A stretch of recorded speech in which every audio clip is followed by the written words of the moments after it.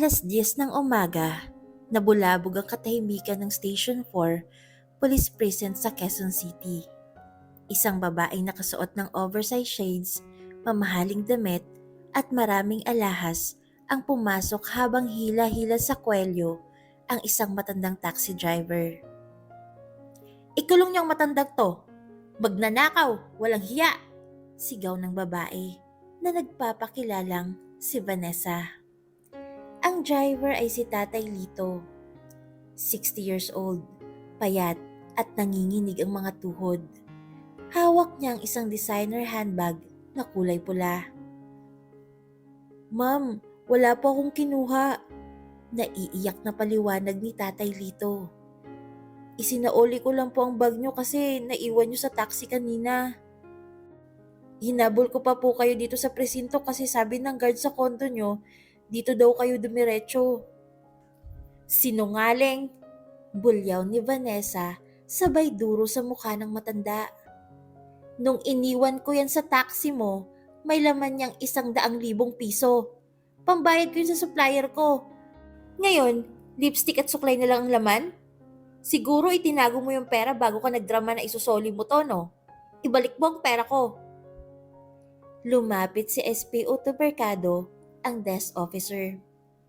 "Teka lang po, misis. Minahon po tayo. Ano po ba talaga nangyari?" "Sir, malinaw na budol ang matandang to," giit ni Vanessa, umaarte ng umiyak. "Nagkukunwaring honest pero kriminal pala. Kawawa naman ako. Ang laki nang nawala sa akin. Kung hindi niya ibabalik ang 100,000, ipapakulong ko siya habang buhay." Nagtinginan ng ibang pulis at mga tao sa loob.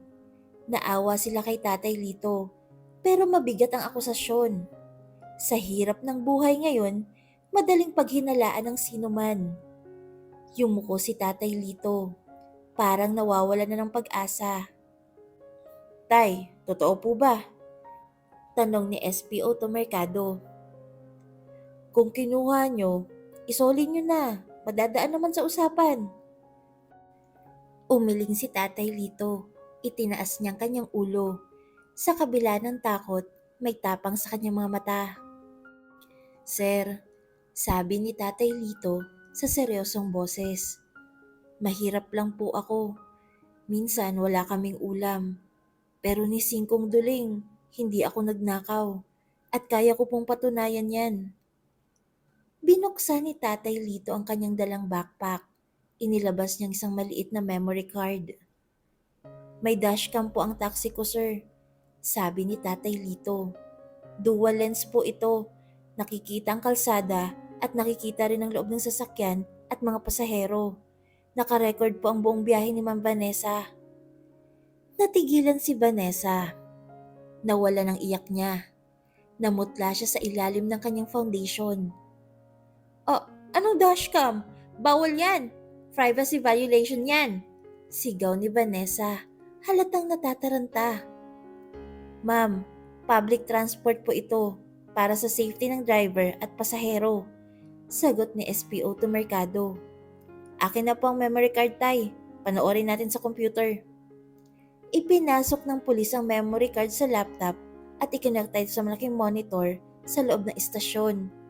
Nanood ang lahat. Sa video kitang-kita si Vanessa na sumakay sa taxi. Maayos ang video at malinaw ang audio. Timestamp, 9:30 a.m. Nakarating na sila sa destinasyon. Bago bumaba si Vanessa, kitang-kita sa video ang ginawa niya. Binuksan niyang kanyang pulang bag. Inilabas niyang kanyang wallet at isang makapal na sobre na posibleng lalagyan ng pera. Inilagay niyang wallet at sobre sa bulsa ng kanyang jacket. Pagkatapos sinadya niyang iwan ang bag na nakabukas at walang laman sa upuan.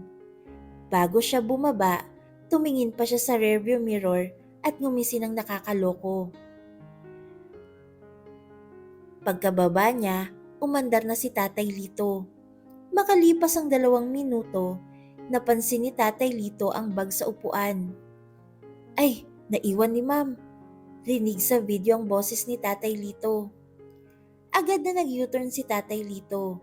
Hindi niya binuksan ang bag. Hindi niya ginalaw ang laman. Dumiretso siya pabalik sa kondo at nang malaman niyang nasa presinto si Vanessa dahil nagre-report na kunwari ng lost item, sumunod siya doon.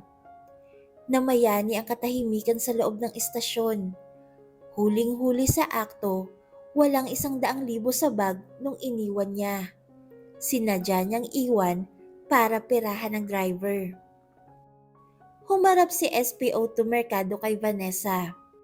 Ang mukha ng pulis ay hindi na maipinta sa galit. Modus, bulong ng pulis. Modus mo pala to. Mag-iiwan ka ng bag, tapos kapag isa na oli ng honest na driver, aakasuhan mo ng pagnanakaw para perahan sila at hinga ng danyos? Hindi, edited yan, di fake yan. Palusot ni Vanessa, pero nanginginig na siya sa takot. Huwag mo kaming lokohin, sigaw ng hepe na lumabas mula sa opisina. Huli ka na. Attempted swindling, perjury at slander ang kakaharapin mo. Pinusasan agad si Vanessa. Nagpupumiglas ito at nagmumura pero wala na siyang kawala. Ang dunya-dunyahan na nagyayabang kanina ay ngayoy kaladkad na napapunta sa selda. Naiwan si Tatay Lito sa gitna ng istasyon. Biglang pumalakpak si SPO Mercado. Sumunod ang ibang pulis. Pumalakpak din ang ibang sibilyan na nandoon. Napuno ng palakpakan ng presinto. Saludo kami sa iyo, Tay, sabi ng hepe habang kinakamayan ng driver. Bihira ng tapat na katulad mo at napakatalino mo dahil naglagay ka ng dashcam. Kung wala yan, baka nakulong ka na nang walang kalaban-laban. Napaluha si Tatay Lito. Salamat po, sir. Lagi ko po kasing iniisip, mahirap na nga kami. Huwag na kaming gumawa ng masama. Ang dangal lang po ang may papamana ko sa mga anak ko. Dahil sa insidente, naging viral ang video. Maraming netizen ang nagpadala ng tulong kay Tatay Lito. Nakabili siya ng bagong gulong para sa taxi niya at groceries para sa pamilya. Napatunayan ng araw na yun na sa panahon ng kasinungalingan, ang katotohanan na may kasamang ebidensya ang laging mananaig.